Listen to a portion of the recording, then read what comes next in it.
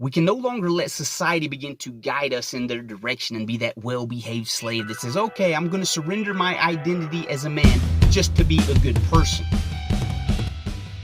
Better Men, choosing the mind of a good man and the heart of a savage. This is the Better Man channel, where my aim and objective is to equip and provide information that enable men to be good men, but also be good at being a man. My name is Jaron. I've taken the responsibility to remove myself from the limitation of society's norms and standards, and to begin to embrace what it means to be a man, to embody the characteristics of masculinity that enable me to become the badass man that I was created to be. It is Monday. On Monday, I like to dive into the roles of masculinity, what it means to be a man. How can I become a better man and live up to my standards, what I was created to be? I recently read Jack Donovan's book, The Way of Men. I encourage you to read it. Very useful information, especially regarding the very primal nature and characteristics of men. And he has a quote in there where he states that a man more concerned with being a good man over being good at being a man makes a well-behaved slave. And in the landscape of today's culture, we see society trying to strip away the very identity of man and the characteristics that embody masculinity. They call it toxic, the aggressive, the dominant, the violent and righteous rage. They're trying to steer men away from that, and in doing so, they say, let's not focus on being a good man, let's focus on being a good person with morals and ethics and values, integrity, honesty, doing the right thing. And yes, let's strive for that, man. Let's adhere to the standards that make us good men. But my problem with that is that it doesn't separate us from women. Women can have morals and integrity and honest, but in this gender equality where there's no gender specifics and we're trying to remove gender norms, it creates an identity crisis. We see this. Women don't know how to be women. Men don't know how to be men.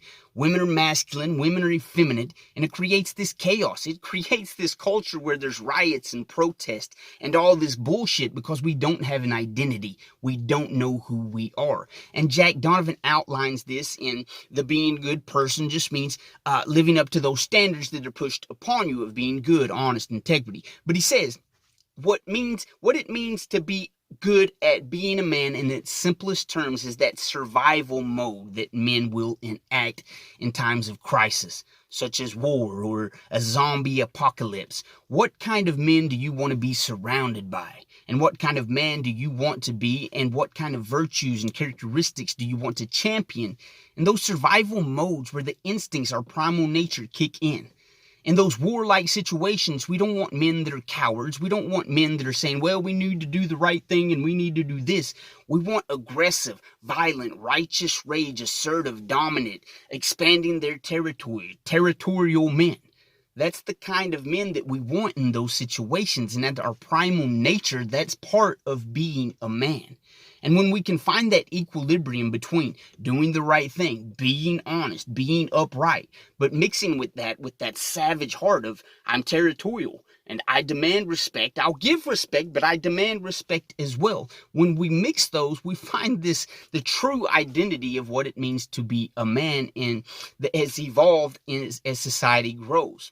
And the thing with society trying to strip away our masculinity and the true characteristics of what it means to be a man is that, yes, we frowned upon the criminals that use those dominant, aggressive, violent will or imposing their will over the weak. We frown upon men that do that. But we call out and seek and applaud the heroes that use those very same traits in times of war, or the heroes that overcome the criminals with aggression, strength, dominance, assertiveness. So at the very root of society, we need those men that are able to be good at being a man. They're physically strong, physically fit, physically sound, assertive, aggressive, dominant. That's just as part of being a man as having honesty, integrity. And when we can mix those, we become superior men. But too much in society, in today's society, we have the morally good men, sound-minded men, pitted against the aggressive, dominant men. But we've got to find those equilibrium, because without one, we can't have the other. We want to be sound mind with upright virtues and morals, but we've got to have that dominant, savage heart that says, listen, in times of need, I'm going to assert my will, my strength, my aggressiveness, my violent, righteous rage. And that's just as part of being a man as being upright, having morals, having ethics. We can no longer let society begin to guide us in their direction and be that well-behaved slave that says, okay, I'm going to surrender my identity as a man just to be a good person. And yes, that all sounds fine and dandy and good until we actually need men to step up and be men. I love you guys. Be sound mentally, upright morally and ethically, but have that savage heart when needed. You guys will hear from me next episode.